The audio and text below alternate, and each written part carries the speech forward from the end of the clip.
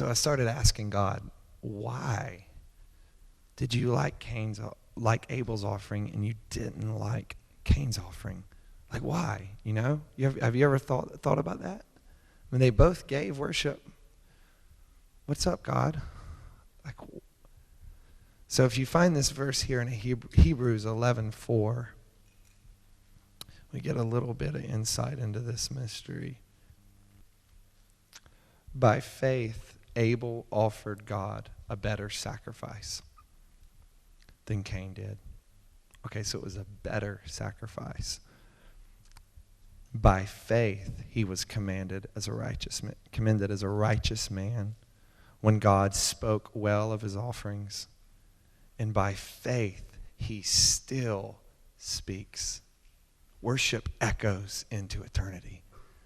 The gift that Abel gave still speaks.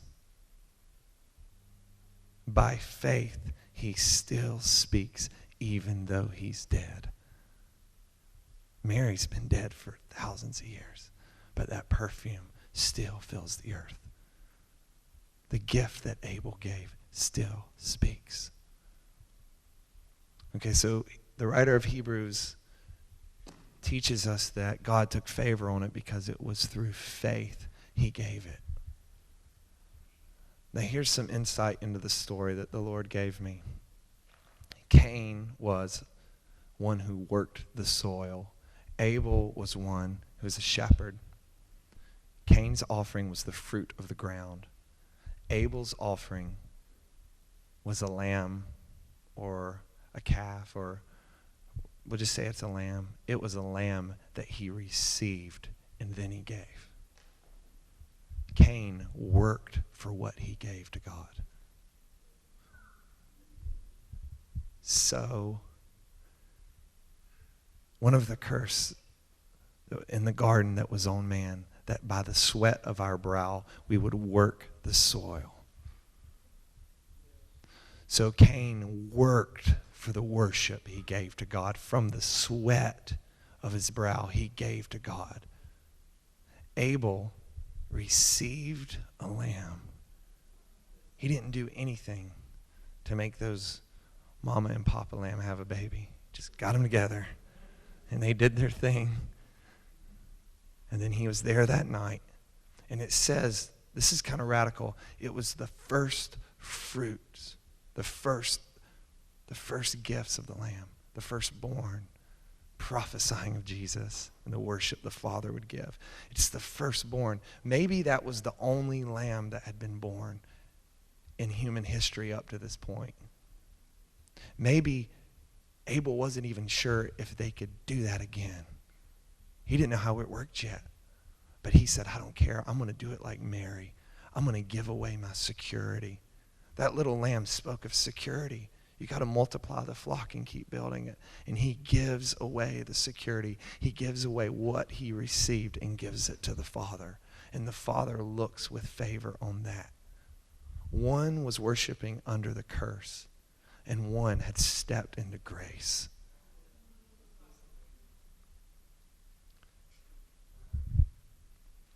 Why did God look down and say, I'll restore David's tabernacle, David's fallen tent? Because David stepped into Abel's realm of grace. Why not Moses? I mean, Moses was awesome. You should read about him. Did some crazy stuff. God said, no, I don't want to restore that one. And then Solomon's was like banging. That's the kind of temple they would have in Dubai, like Solomon's, you read about it. It's insane. God said, no, I don't want that one. Because the only sacrifice that was made in David's tent was the sacrifice of a heart, a human heart broken before God, giving back what the Father first gave. And Moses, as they were slaughtering, giving away, God wanted the heart. That's what God's after. And that's what Mary gave him that day. I want the heart of Mary. I want a heart like David.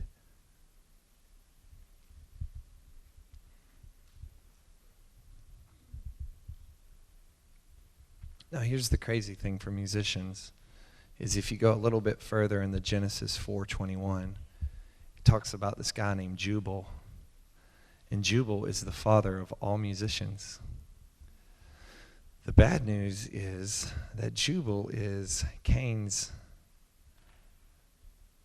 grandson or son, one or the other, but he's got Cain's blood in his veins. So why do you think musicians are some of the most jealous people on the earth?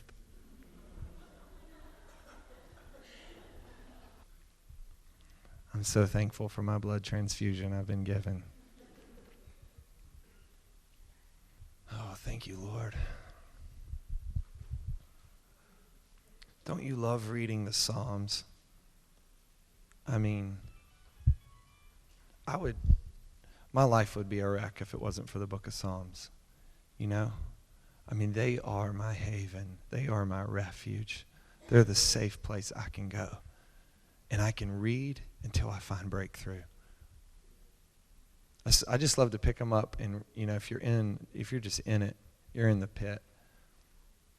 I've just tested this. I can just start reading them out loud, and I will find breakthrough. Sometimes you have to read all of Psalm 119, but at some point in there, breakthrough hits. Because David tapped into something.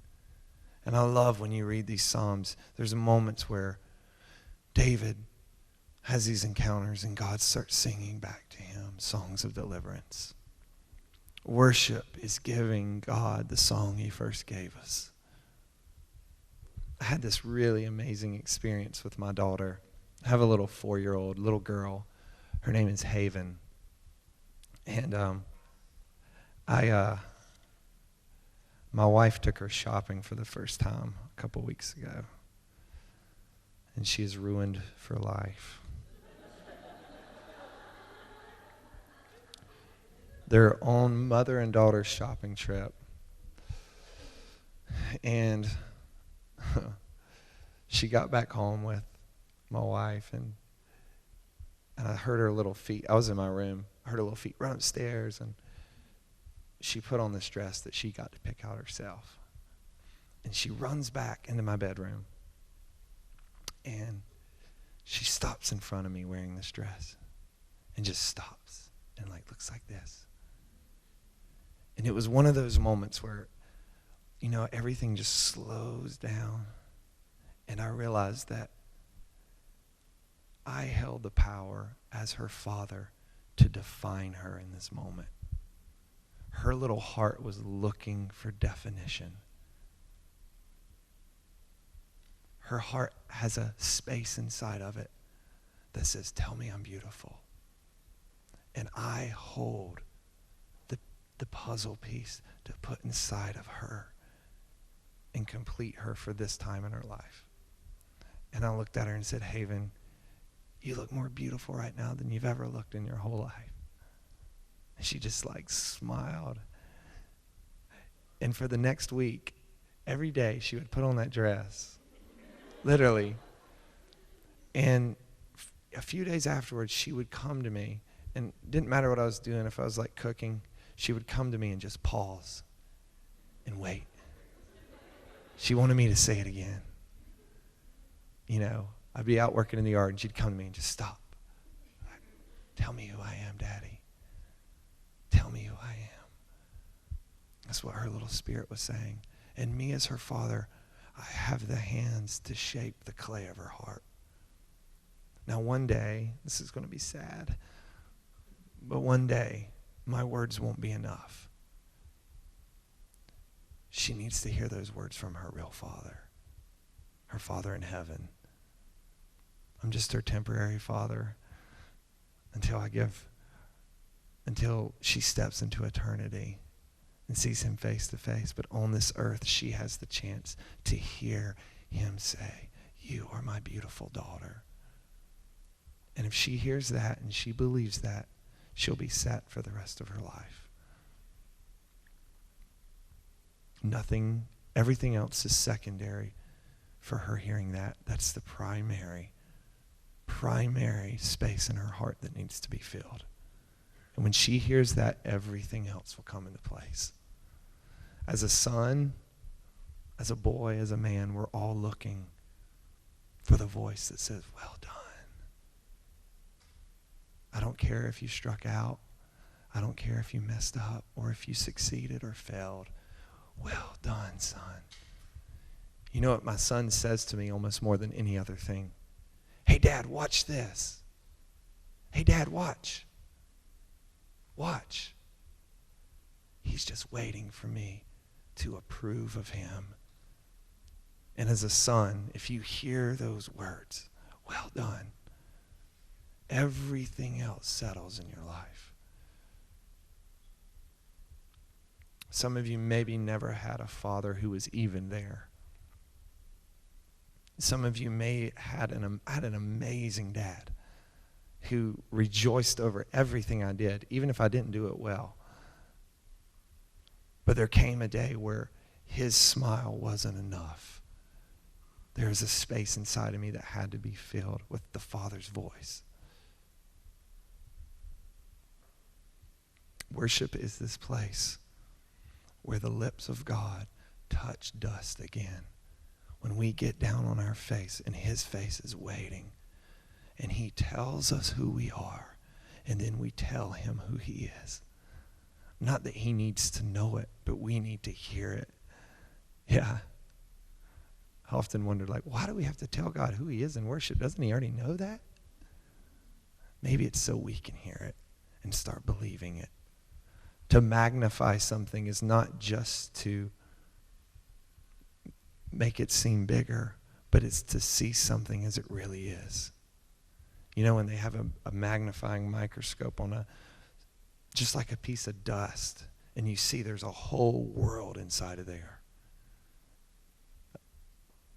And there's magnifying glasses like on little insects, and you see oh my gosh, there's a whole world inside of there. That's what God's attributes are like. We just pass them by daily.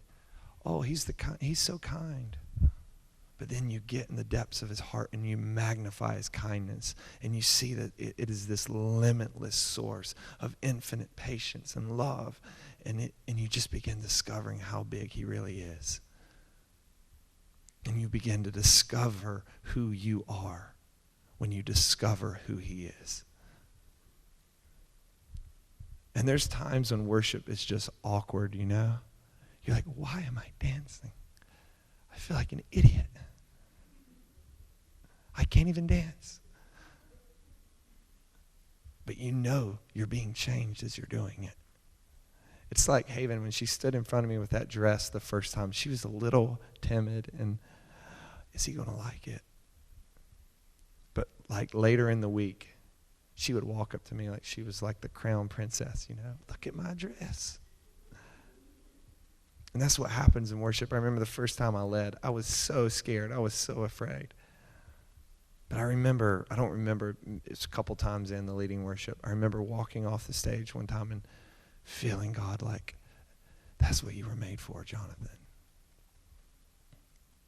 I remember those moments when I first started realizing that quiet time was more than just some habit, but quiet time was a moment with a friend.